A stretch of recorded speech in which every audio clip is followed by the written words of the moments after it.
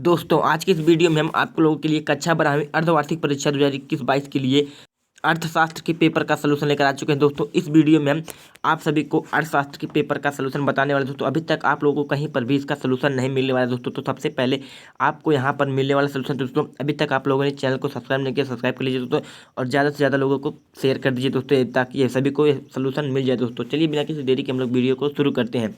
यहाँ पे देखिए आपको दोस्तों निर्देश दिया गया, आप निर्देश को पढ़ लीजिए दोस्तों। हम चलिए सीधे प्रश्नों को सॉल्व करते हैं।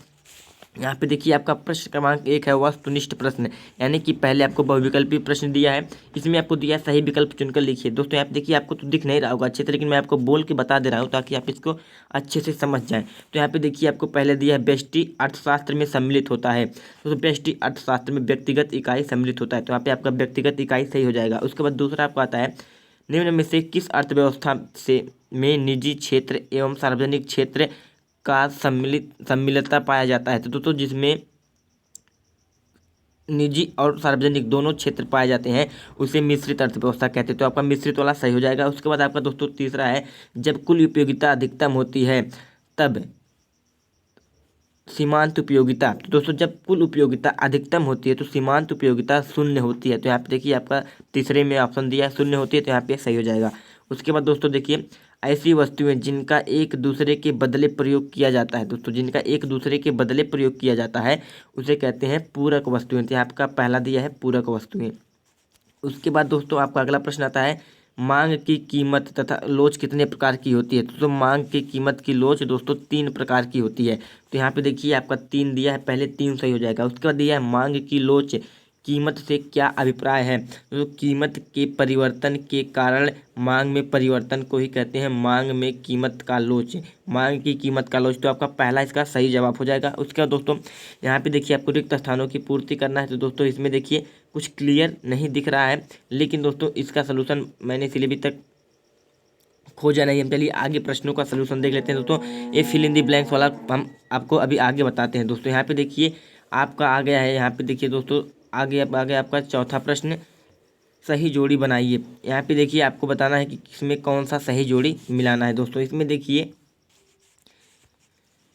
देखिए आपको दोस्तों पहले दिया है टिकाऊ वस्तु। टिकाऊ वस्तु का आज कहाँ जाएगा दोस्तों। टिकाऊ वस्तु ऐसी वस्तु होती है जो 2-3-4 मतलब 2-3 साल से ज़्यादा चले तो उसको कहते हैं टिकाऊ वस्तु। तो देखिए आपका रेफ्रिजरेटर चला जाएगा टिकाऊ वस्तु पे। उसके बाद दूसरा आपका है सकल घरेलू उत्पाद। दोस्तों सकल घरेलू उत्पाद को कहते हैं जीडीपी, यानी कि ग्रॉस डोमेस्टिक प्रोडक्ट। तो आपका देखिए सकल घरेलू जीडीपी पे चला जाएगा। उसके बाद आता है शुद्ध घरेलू उत्पाद।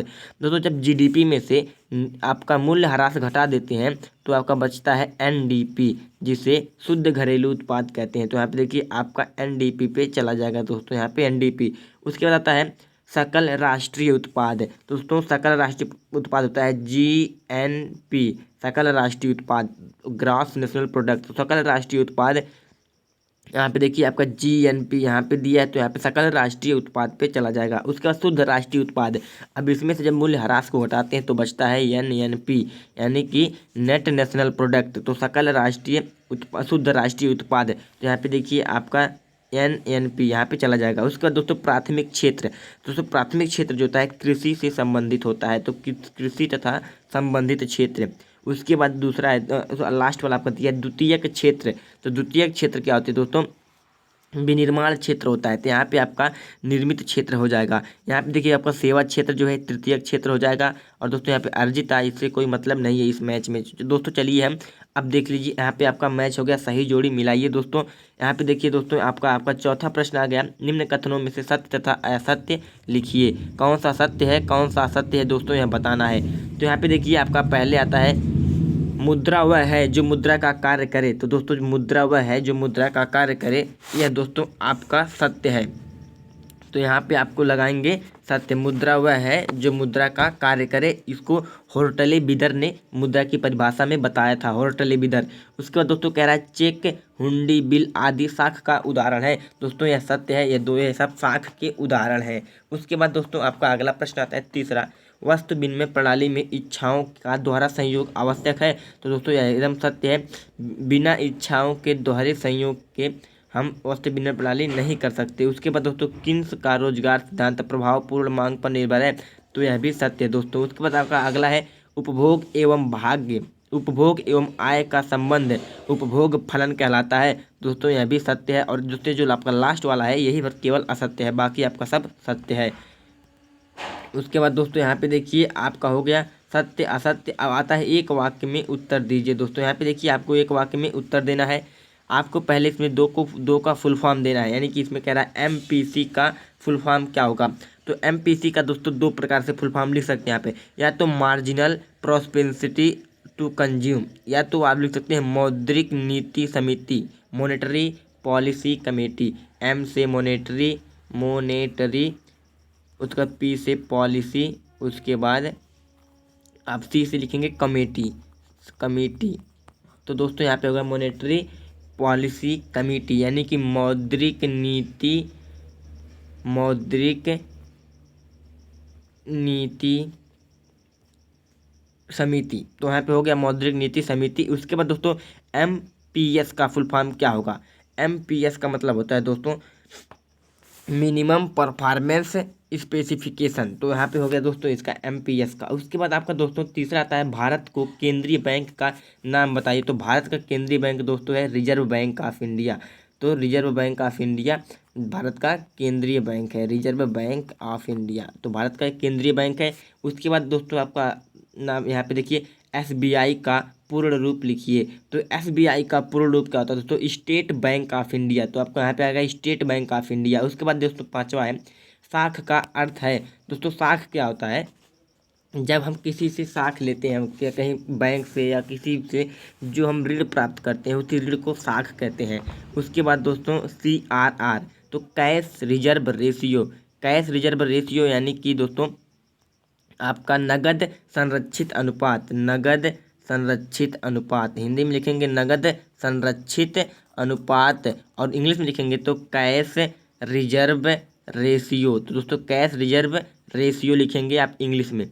यह दोस्तों एक ऐसा भाग होता है जिसे बैंक के पास रखना पड़ता है, जो कमर्शियल बैंक होते हैं उनको रिजर्व बैंक के पास। उसके बाद दोस्तों आपका यहाँ पे एक वाक्य में उत्तर लिखिए, पूरा होता है। अब चलिए देख लेते हैं यहाँ पे आपका देखिए 2 नंबर वाले प्रश्नों को। अब कह रहा है कि बाजार अर्थव्यवस्था क्या होती है दोस्तों। तो बाजार अर्थव्यवस्था क्या होती है दोस्तों, ऐसी अर्थव्यवस्था जिसमें मांग एवं पूर्ति का निर्धारण एवं वस्तुओं की कीमत का निर्धारण मांग एवं पूर्ति से होती है। तो दोस्तों ऐसी अर्थव्यवस्था जिसमें वस्तुओं की कीमत का निर्धारण मांग और पूर्ति के अनुसार होती है।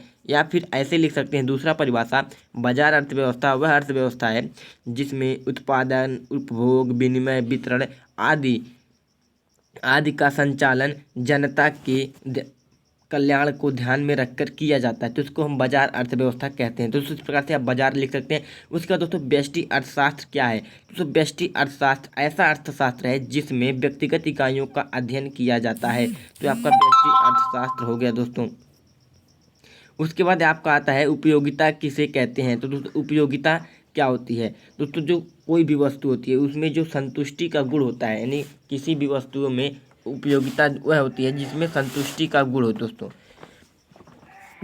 तो उसे हम उपयोगिता कहते हैं। यानी आवश्यकता को संतुष्ट करने की जो शक्ति होती है उसे हम उपयोगिता कहते हैं। और दोस्तों उपयोगिता जो होती है किसी वस्तु की हर एक व्यक्ति के लिए अलग अलग होती है। तो यहाँ पे आप इस प्रकार से लिख सकते हैं उपयोगिता क्या है, तो आवश्यकता को संतुष्ट करने की जो शक्ति होती है उसे उपयोगिता कहते हैं। उसके बाद दोस्तों यहाँ पे देखिए आपका अगला प्रश्न आता है सामान्य वस्तुएं किसे कहते हैं।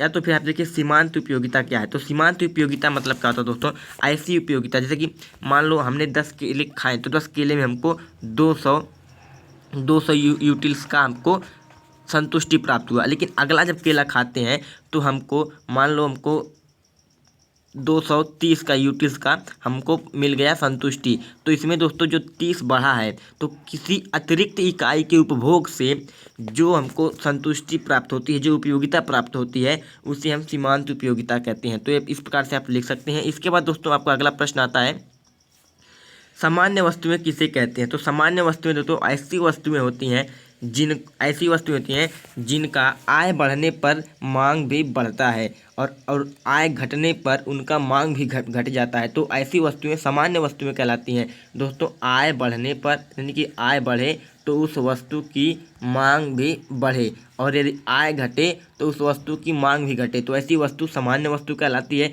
और निम्न स्तरीय वस्तु क्या होती है दोस्तों, इसका उल्टा होता है।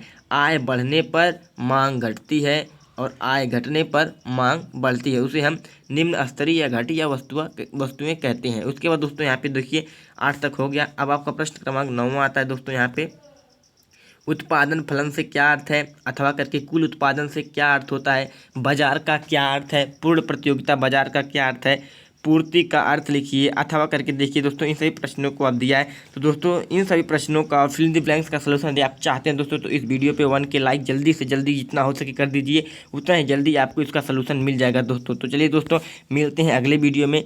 वीडियो देखने के लिए धन्यवाद।